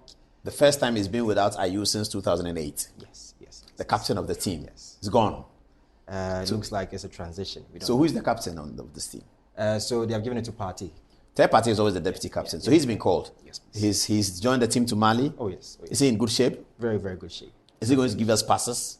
Hopefully. The same one he gives to Odegaard and Bukayo Saka. We are praying for Toni Kroos passes. So let's look at the goalkeepers. We have Atizigi, who caught at the World Cup, while caught Pliny Street in Scotland. And also, Kotoko's goalkeeper, Frederick Asari, has been having a wonderful season. I was going to say something to you. I know that people enjoy your presentation quite a lot, and it's been doing very well. There's a guy on Joy FM, and I don't often, I'm always criticizing Joy News people, but this one is a compliment. Yeah. I listen to him all the time. I don't know his name. He does the program with Lexis Bill. Okay. The way he weaves the sports story, and this afternoon, I think today he wasn't in the studio. Okay. He was on phone or something like that because it still sounded. He has a way of weaving the story. So he says things like, he's going to have a personal meeting with Pochettino, and tomorrow they will talk about. Very, very interesting the way he says it. Today he talked about the Black Stars, and he said they had finished eating and they had orange juice and bread, and they are going to Mali, and then he's warning them that they should bring better results. And he's quite very knowledgeable in sports, and the way he would, I think the guy is good. I think the guy is really, really good. So I called a friend of mine. I nearly mentioned his name. So I called him and I said, Chief, are you listening to Joy FM? They said, Paul, are you crazy? I'm listening to my radio station. Why should I listen to Joy FM? I said, Charlie, there's a guy on Joy. He's doing the sports. You should go and poach him. Yeah. The guy is too good. And so what does he do? I said, just the way he puts the story together. Yeah. Charlie, the guy is he's funny and he's knowledgeable, I think. Yeah. So I told my guy that, Charlie, go and poach him. So tell him if he gets a call from another radio station, then I initiated it. You are the scout. Yes, I've scouted him, correct. I really scouted him. Okay, anyway. So we have Gideon Mensah playing straight. Auxerre France, Ebenezer and first time being called. Salisu in Monaco, Jerome Opoku in Italy, Rayo Vallecano, and then also Alexander Djiku, who will be playing for Mourinho next season at Fenerbahce. Also, the Mourinho Fenerbahce thing is correct. Yes. Oh, I saw a video of him. He went on Sunday. Getting on some private jet I see. He's going to Fenerbahce. Fenerbahce in the Champions League, though. Yes, they will be. Okay. So Ali Dusaid also in France, and Tariq Lamptey, Brighton, and our own Mohamed Kudus from West Ham, Ernest Yamal, Lyon. Also in Salis, also in Spain, Sulemana, Partey, Edwin Ado, Elisha Owusu. Abu Francis also a very first person. Cercle Bruges, also in Belgium. New. Yeah. Okay. Cercle Bruges, and also Osman Bukhari in Zvena. That is Red Star Belgrade. Yes. Oh, the former Red Star Belgrade. Yes. They won Champions League when I was in Pusek. Yeah, 1991. Hey, you have filler. So we have Fatah Ishahaku. That was Leicester. Leicester's young player of the season. Yes, he's a very good player. Very, very good player. 11 assists this season. Very fantastic player. Antoine Semenyo, Bournemouth, also a fantastic CV. Chelsea should get Semenyo, I think. Yes. They should get him. 7 goals and 6 assists for... I think he's better than Nicholas Jackson. I think so. I think so. That's a big take. Jackson is a lot of much ado about nothing this season. I don't know whether it's going to improve.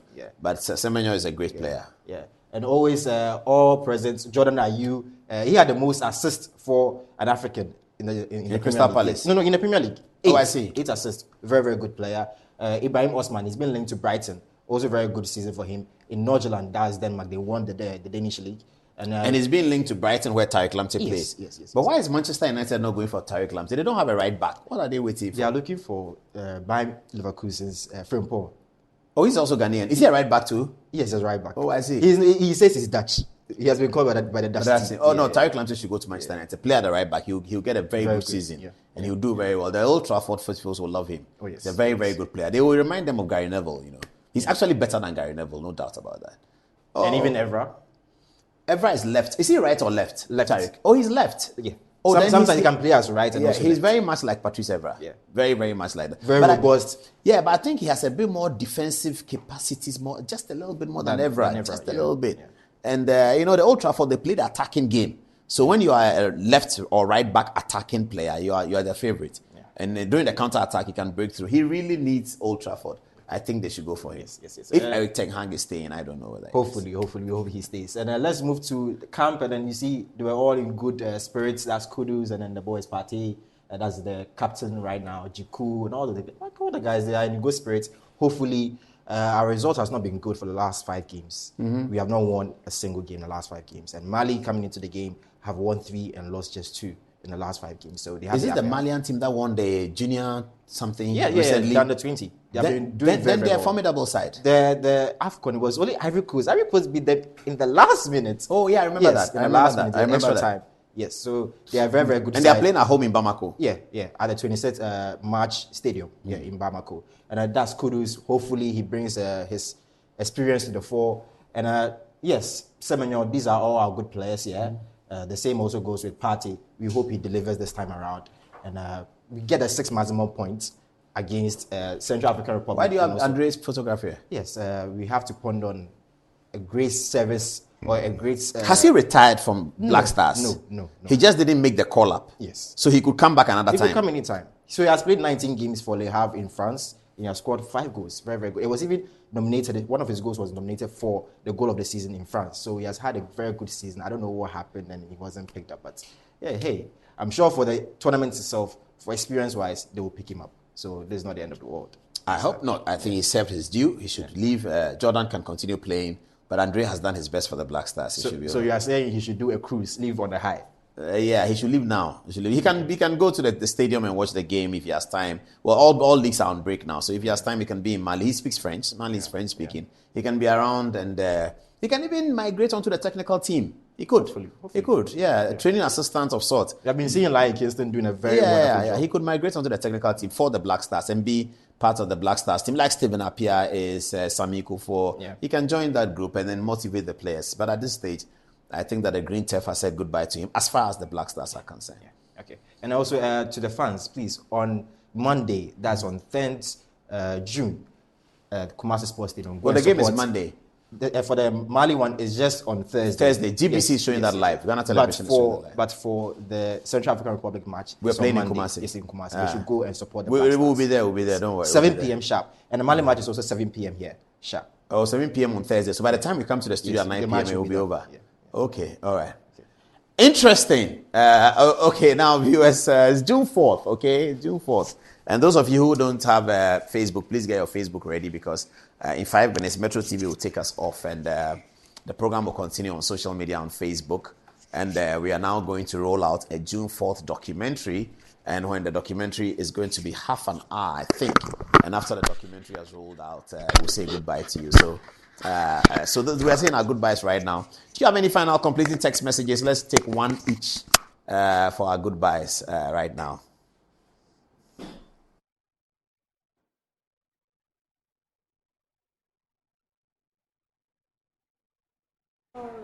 So this is coming from Aaron Babako, and he says, it's imperative that we cannot record any element of foreplay in the Attorney General's department to maintain public trust and confidence in the legal system by implementing strict policies, conducting regular audits, fostering a culture of integrity, and collaborating with oversight bodies. We can prevent and address misconduct effectively. It is essential to have consequences for wrongdoers, protect whistleblowers, and promote transparency and accountability to uphold the department's integrity. And then lastly, coming from Matthias, he says, Paul, it seems Uni Kulendi was used by his relative Jakpa to entrap the Attorney General Godfrey Dame. What do you have for us? Alright, so this is one because what he says. This issue was the Akuna tactics of trying to cool the minds of the minority Ghanaians, thinking they would win the election is mind-boring. Paul, please, like I said, if you can get CJ's letter and read to your listeners, we'll be grateful. The NDC and this so-called Japa agenda against the AG will not stand the test of time. Sometimes when you listen to Sami Jenfi and co, they do not speak any merit at all. All the arguments they make are inactive ones. Let all Ghanaians support DMB to win 2024 elections. It is possible. Lastly, from Samuel Kelly, and this is for Paul. He says, Paul really loves Jama. It reminds me of Accra Hearts of Folk in the 1970s, the days of the fearsome five-song. Robert Hammond, Mama Aqua, Patalamte, Anna Siedu, and the dribbling magician Mohamed Pulu.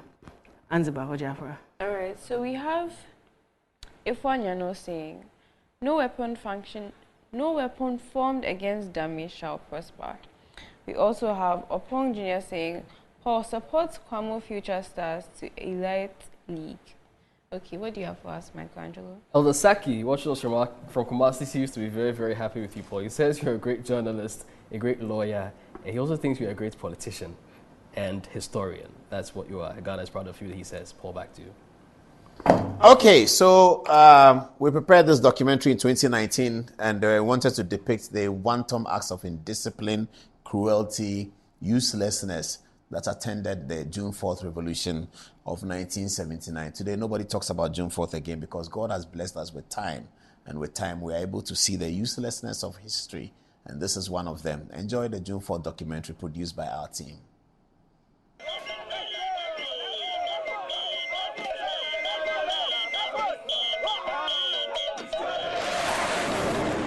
Monday, June 4th, 1979 was a rainy morning. The political campaign towards elections, presidential and parliamentary, for the Third Republic was in full swing. J.J. Rawlings and the coup plotters of May 15th were behind bars. And then suddenly, a coup arrived.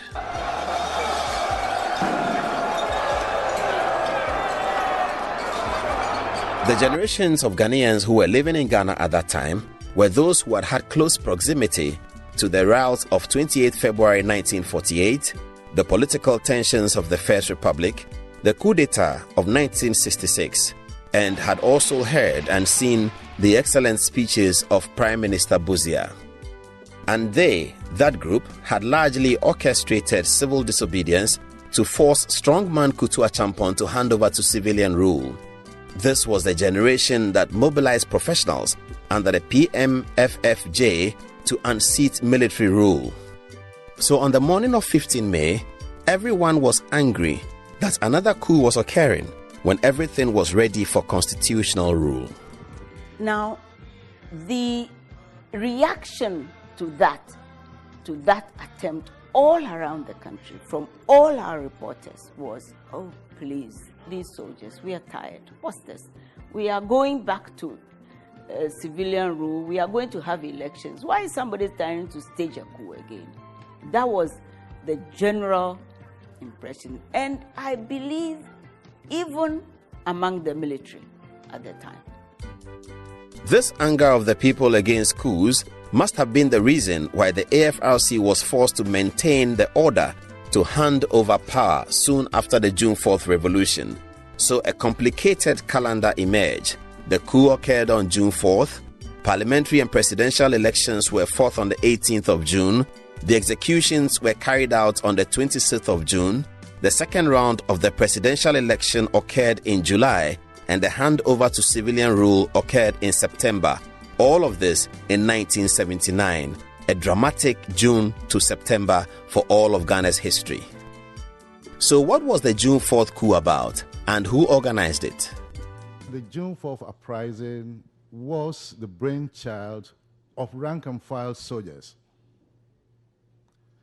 No officer, and I repeat, no officer, was involved in its initial stages.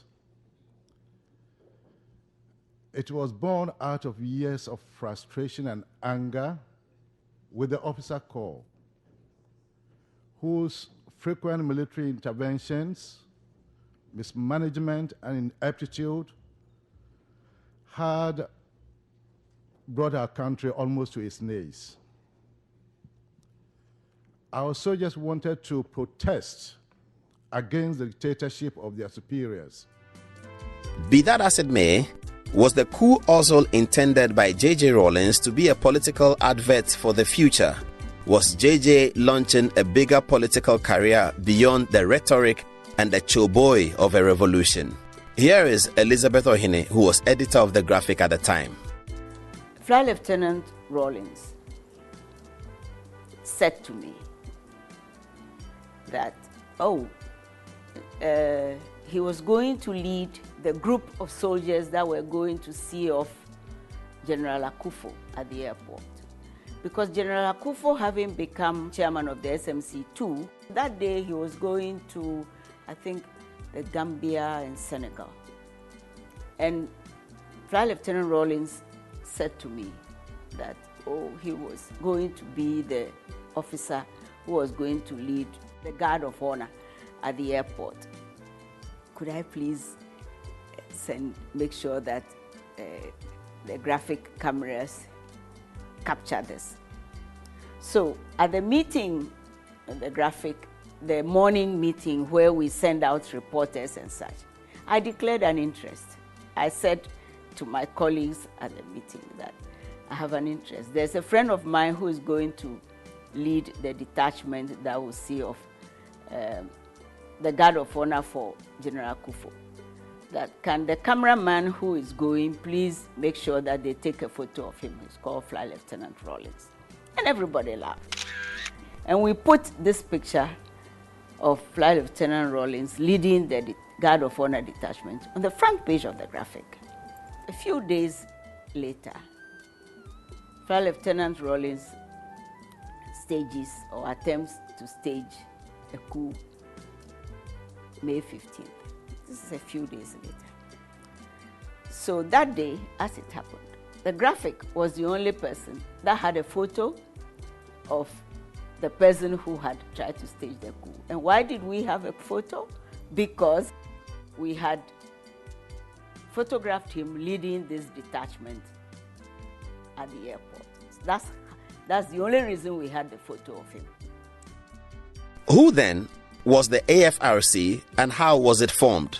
Apparently, Captain Edmond Koda had recently said, and I read it in the papers, that the AFRC was formed in a classroom. I won't dispute that, because we were in a lecture hall. We were in a lecture hall at the Air Force Base, and I believe that was where the AFRC was formed, and of course in my absence. And then news came through that Broadcasting House had been recaptured by Major Sulemana and some of his Recce elements. So I decided, well, what I started has got to be finished. So I'm going to go out and deal with this new threat. Justice Kwame Afre talks about how the AFRC operated. The AFRC government consisted of two main organs. The AFRC itself, made up of the chairman, as Flight Lieutenant Rawlings, then the deputy chairman, Osahene Boachijan, about 4 commissioned officers, and I think a majority of people of other ranks. And then there was a council of commissioners, which consisted of the commissioners or ministers who run the ministries. As Osahene himself said, they inherited us from SMC2. Now, in between these two organs, the FRC installed the liaison officer. I think the name is a bit long, but liaison officer, in the person of General Joshua Hamidu, through whom the two organs occasionally communicated. The FRC met and took its decisions without consulting the commissioners. I cannot recall that the FRC and the council ever met together. With your permission, I'd just like to contrast this with what happened in the SMC. The SMC, you have the Supreme Military Council consisting of the senior military officer who constituted that council. But then there was a larger group called the National Redemption Council, which they had inherited from SMC1. And I think every month, or at least every 2 months, once every 2 months, all the SMC members and all the all the commissioners met at cabinet meetings. But we didn't have this particular system operating under the AFRC. So the AFRC came in when the timetable for constitutional rule had already been set up. No changes were made to that timetable. What then did the revolution seek to achieve, and how did that help the cause of Ghana? I'm afraid to say not much. Not much at all. The high point of the AFRC discussion is the killings, the executions. The first thing the AFRC did was to pass a decree creating special courts to trial people. The trial courts were said to be sitting at the presidential Peduase Lodge in the eastern region. The trial process was horrendous. The courts were actually kangaroo courts, and they convicted their victims of anything they found them guilty of. They gave them huge sentences and prescribed execution for some of them. These courts struggled for credibility.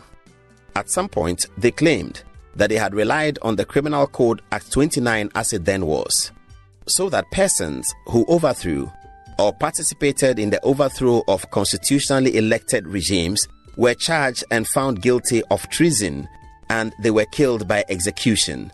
That's the reason they gave for the killing of Kutu Acheampong and Utuka. But could there have been another reason for the killing of Acheampong and others? General Acheampong was deemed to have been the leader of a coup which overthrew Dr. Bussia's PP government and which overthrew Ghana's Second Republic. General Acheampong was executed as much for the dishonor he had brought to the Ghana Armed Forces. Let's face it, soldiers were shy of our civilian counterparts. We had absolutely no respect from our own compatriots. Why? Because we were soldiers. Urine was being poured on our soldiers who were being sent out on police duties. We were soldiers, not policemen. We wanted to soldier. I left the university and I went in as a career officer because I loved soldiering. I wanted to soldier. And here was I, another officer, perhaps even with my background, academic qualification, refusing to share a toilet with me. He was a political officer. Now, if an officer would treat a fellow officer that way, how contemptuous would he be towards our civilian folk? General Acheampong had no chance. But perhaps the AFRC may have been magnanimous. They may have sacrificed, they may have opted to spare his life. I don't know, but that is a moot point. I wasn't a member of the council. But my information is that there were other parochial motives for the general's execution. A cabal of tribalists who have come to be known as the Jelukofe Mafia wanted General Acheampong dead. One aspect that has not been widely publicized is the grand drama that occurred before Kutu Acheampong was executed. The said drama is contained in this book, Ghana, Nkrumah to Rawlins, is by Emmanuel Dozoklu, Volume 1, and it covers 1957 to 1993. On page 461, the subtitle, Achampon's Last Words, before he and Major General Utuka were shot by firing squad, is culled from Young and Old, August 1991. It reads, former head of state, the late General Ignatius Kutu Achampong, did not know that the soldiers of the AFRC era will kill him on June 16, 1979. If he knew, he would not have opened his mouth to speak his last words in the manner that he did. Kutu Achampong's last words were spoken on Wednesday, 13th June, but 72 hours later, on 16th of June, Kutu was dead and gone, having been executed by firing squad together with Major General E.K. Utuka, a member of Achampong's SMC-1 government.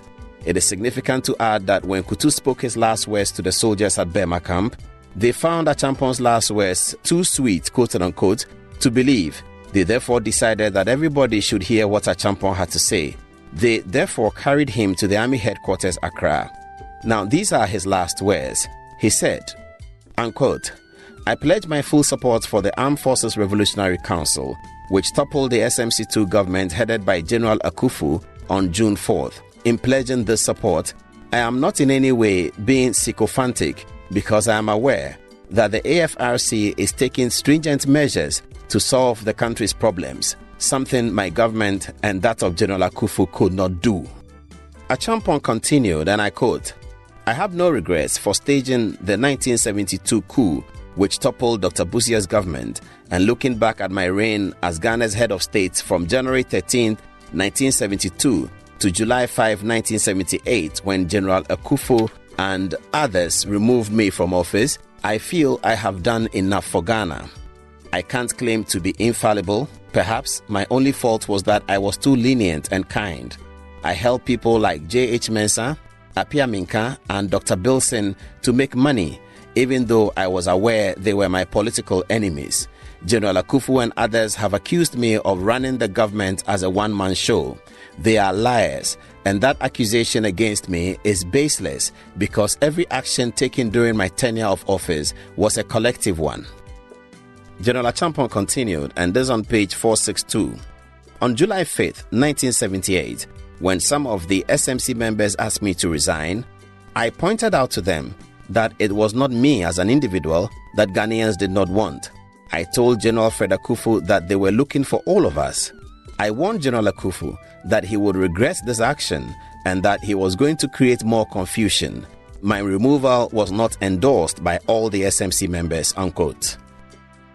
Still making the statement, General Kutu Achampong parried off some accusations. He said, for instance, on page 463, as follows: at separate times, Mr. Kofi Anane Binfo, then Senior Principal Secretary, Ministry of Finance, and Lieutenant Colonel Akompi were those responsible, and therefore, if any of them had diverted part of the import licenses for their personal use, I cannot tell, unquote. He continued, before my overthrow, an investigation into an aircraft deal revealed that Air Vice Marshal Bozole, former Air Force commander, was seriously involved in the corrupt deal. After the report on the deal was made to me, General Akufu approached me to say that Air Vice Marshal Bozole had asked him, General Akufu, to beg me on his behalf, unquote. Also, as part of the statement, Kutu Achampong answered the most famous allegation against him, the allegations of his debauchery and lasciviousness. He says as follows, unquote, it is not true that I bought golf cars for my numerous girlfriends. I don't deny that I had girlfriends. All of us have girlfriends, even you. Which of you flirts with your wives only? We all do it. And to me, I don't see how girlfriends contributed to the ruin of Ghana's economy. No one can claim to be a paragon of virtue. We all do it, unquote. Thus, Utuka and Achampong were the first to be killed. Everyone was shocked, and anyone of influence in Ghana tried to make moves to halt the killings, but all of that was to no avail. General Afifre's execution was the most unwarranted. He was accused of overthrowing Nkrumah in the 1966 coup, whilst General Ankara, who was part and leader of the coup, was not tried. Worse still, Section 37 of the Transitional Provisions of the 1969 Constitution had indemnified all coup makers, so that should have covered Afrifa if this was a regular trial. But this was not a trial at all, where the accused person did not see the faces of the judges and didn't know how many judges were trying him. He only saw a glass screen in front of him. General Akwesi Amankwa Afrifa had actually removed his military clothes. He had become a full civilian, participated in politics, and actually was elected the UNC Member of Parliament in Mampong in the elections of June 18th, a few days after the coup. He had won the election on the ticket of the UNC as the only candidate to have won a seat in Ashanti region for William Ofori-Attah's party. On June 26, 1979, the unthinkable happened. On the 26th of June 1979, Member of Parliament-elect Akwesi Amankwa Afrifa and 5 others were killed in cold blood in the second round of executions. The executions were senseless, unnecessary, and dastardly. Former Minister of Finance and former Vice Chancellor of the University of Ghana, Professor George Bennett, told a story about how the executions ended in his autobiography. Writing his autobiography entitled My Time, My Nation, the former Vice Chancellor and Minister of Finance recounts on page 84 under the subtitle The Executions of Military Officers as follows. He says, as I recall, 4 of us were selected: Dr. Joe Abbey, D.K. Afre, Mrs. Gloria Nikwe, and myself. We went to the Air Force Base to meet members of the AFRC. We argued out our case against the executions. Some of them were not convinced. I remember clearly that D.K. Afre was very smart. When he realized that we were not making headway in our presentations, believing that it might be better if we spoke in vernacular to make the discussions more informal, he decided to change the language of the discussion to Akan. That played the trick, and some of the soldiers were more forthcoming in their contributions. I remember one of the soldiers telling us that they will not go ahead, but they had killed soldiers, and it was important that they kill at least one civilian to pacify everybody. The name they were mentioning was Boache Matres. He was a prominent businessman. That at least he must be killed. We continued to plead for his life, but were not making any headway. So we thanked them and appealed to them to consider our request, and we left. We then prepared the statement for consideration by Chairman Rawlings. Later, General Hamido informed us that he had taken our statement to him, and to our greatest delight and surprise, Chairman Rawlings made the broadcast, more or less reading the statements that we had prepared. That was a crucial moment in the revolution because it really called the executions to a halt. So that was June 4th, a horrible, dastardly, unwarranted uprising. Many years later, during the celebration of the June 4th uprising, Flight Lieutenant Rawlings described the Third Republic, which he overthrew, as a naive interruption to the revolutionary course. In about 2 days' time, as you all know, will be the 8th anniversary of our Long March. The Long March that was naively and rudely interrupted. The march that was begun in 1979, which was fortunately resumed again on 31st December 1981. On the same occasion, J.J. Rawlings complained about how June 4th celebrations had become synonymous with profanity from the soldiers. I would like to make one little appeal, a personal one. Our mothers and wives are beginning to complain about some of the songs that our little ones are picking up. And they were hoping that we would tone down on some of the profanities. Of course, we can step them up outside of the barracks or wherever the children, in the absence of the children. But otherwise, I would like us to sing some of the other ones that we know about. One of the most popular ones that I used to know, somehow I don't even hear anymore. The one that goes, zamana watiwa, zamana watiwa, zamana abelefu, zamana. That's right. You see what I mean?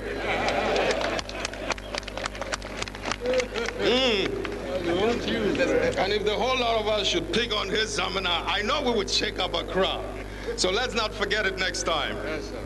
June 4th continued to be celebrated as a holiday even under the constitutional rule of the 4th Republican Constitution of 1992.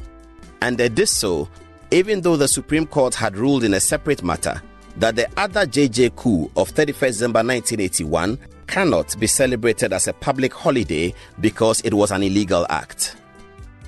The most tensed celebration of the June 4th revolution was in 1995. This was so because less than a month before the celebration, Nana Addo Dankwa Akufo-Addo, Charles Reko Brobe, Kweku Baku Jr., Kwesi Pratt Jr., Dr. Nyaho Tamaklo, Mr. Kakraba Cromwell, Mr. Akoto Ampao, and Mr. Kweku Poku had all led what became the biggest ever demonstration in Ghana. They called it the Kumi Preko demonstration. More than 100,000 people were on the street in protest against JJ's government. This seemed bigger than June 4th, and on the occasion of the 16th anniversary of June 4th, Flight Lieutenant Rawlings for the first time seemed rattled and issued threats to the opposition in a harsh manner, similar to the way he spoke in 1979 and in 1981. However, ladies and gentlemen, let no one underestimate our capacity and resolve to react appropriately if their ugly noises provoke ugly actions from their blind followers. During the other celebrations of June 4th whilst JJ was president, sometimes he was sober, even occasionally expressing regret for the things that had happened at June 4th, but still making his point. June 4th, therefore, belongs to the people of this country, and they have a right to measure those of us in leadership today by the yardstick of June 4th, 1979. Ladies and gentlemen, there are some who say the times and conditions have changed. They say the excesses of June 4th era should not be glorified or made a part of national life. No, we do not glorify the excesses of June 4th, but we glorify its principles, and all of us must remember that principles are principles and they never change. When John Agyekum Kufuor became president in the year 2001, the celebration of June 4th was immediately outlawed by an amendment to the Holiday Act. So what's the legacy of June 4th? Let's find out from the presidents of the 4th Republic. JJ Rawlings made it a holiday. John Kufuor, President Mills, President Mahama, and President Akufo-Addo all did not make it a holiday. So the verdict is JJ 1, Kufuor, Mills, Mahama, and Akufo-Addo 4. Thus, JJ has lost. The perpetual flame lit for June 4th must die. What shall we then say to June 4th? We can say good night, June 4th, good night. And when morning comes, please don't wake up. No one wants to see you. Never again will June 4th be given a national salute. Right! National salute!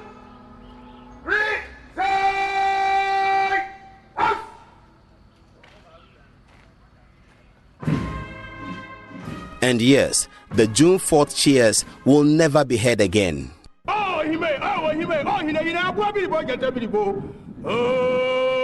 he may, oh, he may, Abua Biribo, Jata Biribo, Ine, Ghana Yasijo,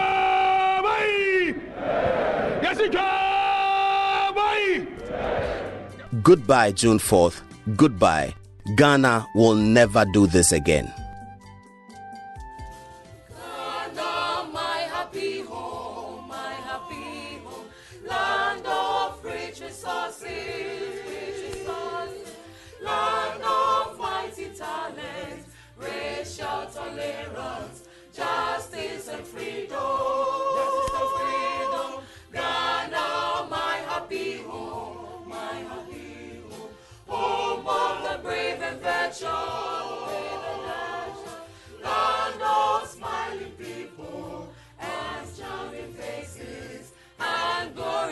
culture.